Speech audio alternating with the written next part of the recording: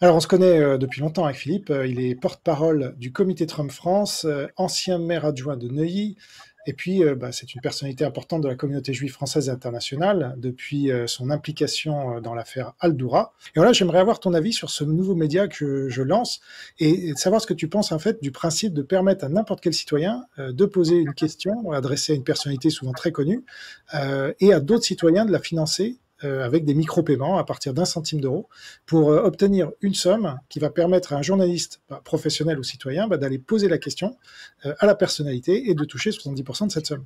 Alors, je trouve ça formidable pour une simple et bonne raison que, en fait, la question, c'est l'éditorialisation. C'est-à-dire que les questions qu'on s'échange tous les deux, c'est une façon d'orienter le débat. On aurait pu me poser des questions sur tout un tas de sujets. Et donc, en fait, quand on regarde la première page d'un journal, euh, quelle que soit la façon dont est traité le sujet, le fait de mettre le sujet en première page, c'est une façon d'éditorialiser. Donc là, pour ce qui concerne le sujet de poser des questions comme ça, moi je trouve ça remarquable parce que en fait on est tous souvent derrière la télévision en train de se dire j'aurais bien aimé poser une question, j'aurais bien aimé poser une question. C'est ça, c'est de se mettre à la place du public qui est frustré souvent. Il y a plein de choses qu'on aimerait demander.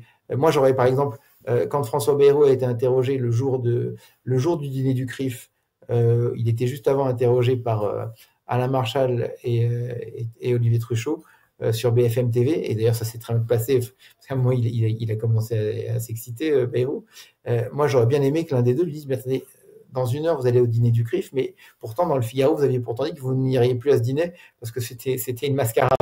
Voilà ce genre de choses. Donc il y a des questions qu'on aimerait bien poser parfois aux hommes politiques, ou même aux hommes d'affaires.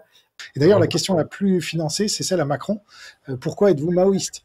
Donc, elle a dépassé les 700 euros là. Donc, ça veut dire qu'il y a quelqu'un en lui posant la question qui peut toucher, au moment où on parle, 509 euros. C'est quand même pas mal pour poser une seule question à Macron.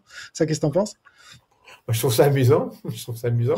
Moi, je trouve ça très bien. Moi, je trouve ça très bien. En fait, tout ce qui fait sortir, on en a marre. Enfin, le public en a marre. Et c'est le succès de CNews. Hein. Je veux dire, j'insiste bien là-dessus. Les gens en ont marre du discours policé.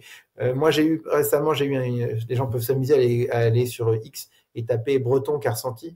Ils verront, j'avais Thierry Breton face à moi sur BFM et je me suis amusé parce qu'il parlait d'Elon Musk et il critiquait Elon Musk. Et je lui ai dit, mais attendez, compte tenu de toutes les entreprises que vous avez plantées, France Télécom, Atos et d'autres, et même Thomson, qui êtes-vous pour vous permettre de critiquer Elon Musk qui a autant de réussite financière? Voilà.